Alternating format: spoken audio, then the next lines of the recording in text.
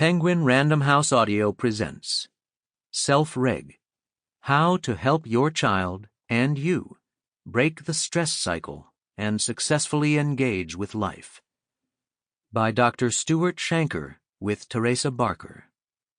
Read for you by Robert Fass. Introduction. I've lost track of how many children I've seen in my work across Canada, the United States, and the world. Not just thousands, but easily tens of thousands. And among all those children, I have never seen a bad kid.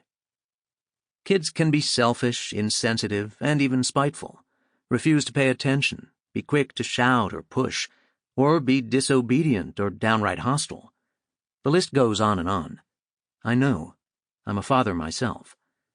But a bad kid? Never. We all have moments when we immediately label children bad.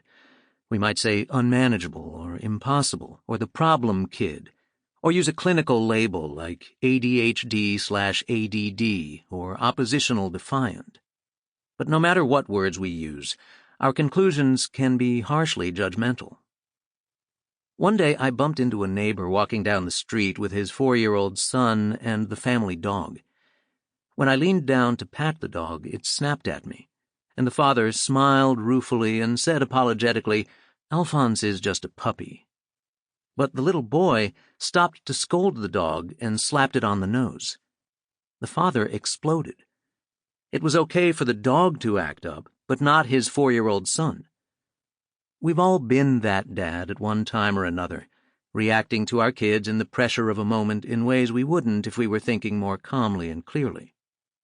These behaviors are expressions of a child's inability in the moment to respond to everything going on in and around him: sounds, noise, distractions, discomforts, emotions. Yet we react as if these were problems with the child's character or temperament.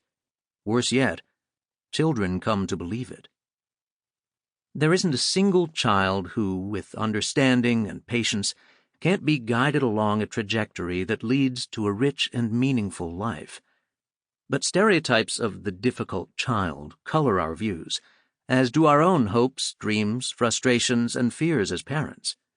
Don't get me wrong, some children can be a lot more challenging than others. But often our negative judgments of a child are just a defense mechanism, a way of shifting the blame for the trouble we're having onto the child's nature. This can make a child more reactive, defensive, defiant, anxious, or withdrawn. But it doesn't have to be that way. It never has to be that way.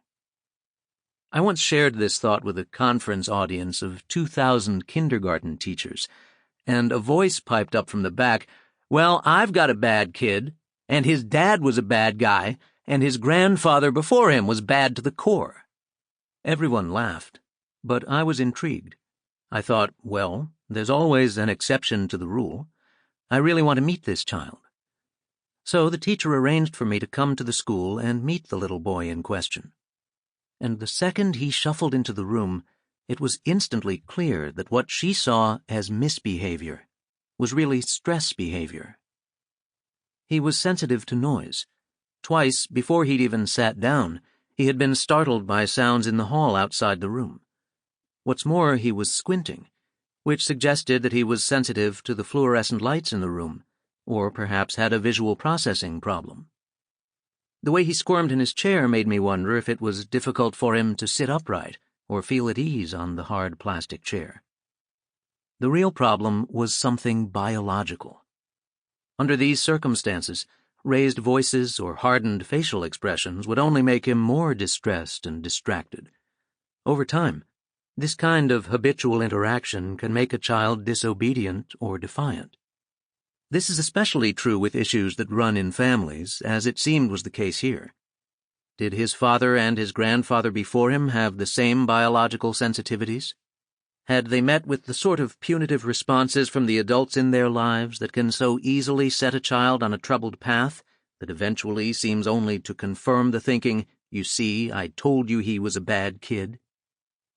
My immediate concern was for the child in front of me, and to help the weary teacher see and understand the significance of his behavioral Sample complete. Ready to continue?